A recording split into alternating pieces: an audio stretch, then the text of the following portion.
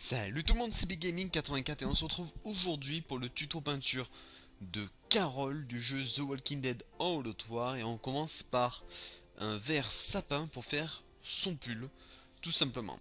Alors contrairement à la série, dans la BD Carol est blonde, il a les cheveux longs et on ne voit pas son mari. Et surtout, elle meurt beaucoup plus vite. Voilà, elle fait une connerie d'ailleurs. Je se fait bouffer par un zombie volontairement d'ailleurs. Truc tout bizarre, vraiment un truc vraiment bizarre. C'est à voir. Si vous lisez la BD, ça va. C'est un moment qui est assez particulier. Donc après du medium blue de chez Tamiya pour faire le jean, le jean de Carole. Petite chose à savoir niveau temps, il faut compter à peu près une demi-heure, 40 minutes pour peindre la figurine. Voilà, à peu près, selon votre vitesse. Donc les chaussures sont faites en blanche, on prend du jaune de chez PBO pour faire les cheveux.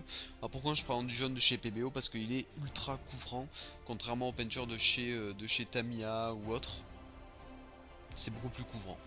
Voilà, du Signal Green de chez MIG pour faire un premier lavis du pull de Carole. Enfin premier, le lavis du pull de Carole. Alors l'avantage du Signal Green, c'est que c'est un vert qui tranche avec le vert sapin, donc ce qui va marquer un peu la profondeur du pull entre guillemets. Du medium grey, et là on n'hésite pas à faire un bon brossage à sec sur le jean. Donc un brossage à sec éclair, vous y allez très vite pour bien qu'on voit très bien les plis du jean, la profondeur, enfin faire un effet de profondeur, de relief. Le flat flèche pour la peau, ça change pas. Donc les mains et le visage, quelque chose de simple. Après sur le visage, vous pouvez faire un lavis en rouge pour faire quelque chose qui ressort un peu en rouge un peu foncé quand même. Ou alors un rouge justement très clair, ça dépend de l'effet recherché. C'est là qu'il faut travailler la palette de couleurs. Du gold yellow de chez MIG derrière pour faire le lavis dans les cheveux de Carole, faire un effet un peu blond doré, un effet un peu plus orangé sur certains points, et on viendra encore le retravailler. Du brun pour faire le manche du couteau de Carole. Vous pouvez également sur le manche du couteau faire essayer de travailler correctement votre peinture et de pouvoir faire un petit lavis à la fin, un petit lavis noir pour faire quelque chose de correct et de réaliste. Le flat aluminium de chez Tamiya pour faire tout simplement la lame du couteau. N'hésitez pas à la retravailler avec une couleur aussi plus foncée, plus claire pour faire un effet sur le couteau, un effet de brillant, un effet de brillance.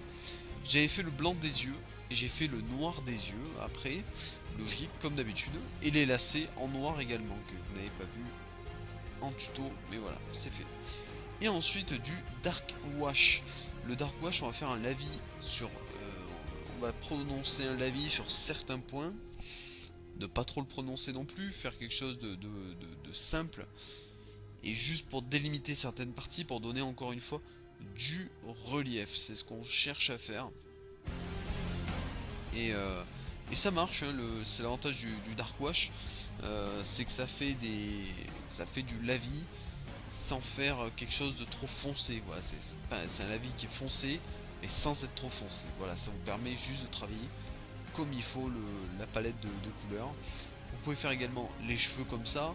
Un petit conseil après avoir fait un lavis noir, vous revenez dessus en faisant par exemple je sais pas, un petit brossage à sec en jaune ou en blanc, histoire de faire revenir les cheveux. Et voilà ce que ça donne exactement. Donc c'est un résultat très bien pour du wargame. Et ça fait super joli, ça va super bien pour ce que nous faisons tous, c'est-à-dire le wargame, des parties de The Walking Dead en lotoir. Voilà, écoutez, j'espère que ça vous a plu, n'hésitez pas à laisser un petit j'aime, un petit commentaire et à vous abonner. A plus tout le monde.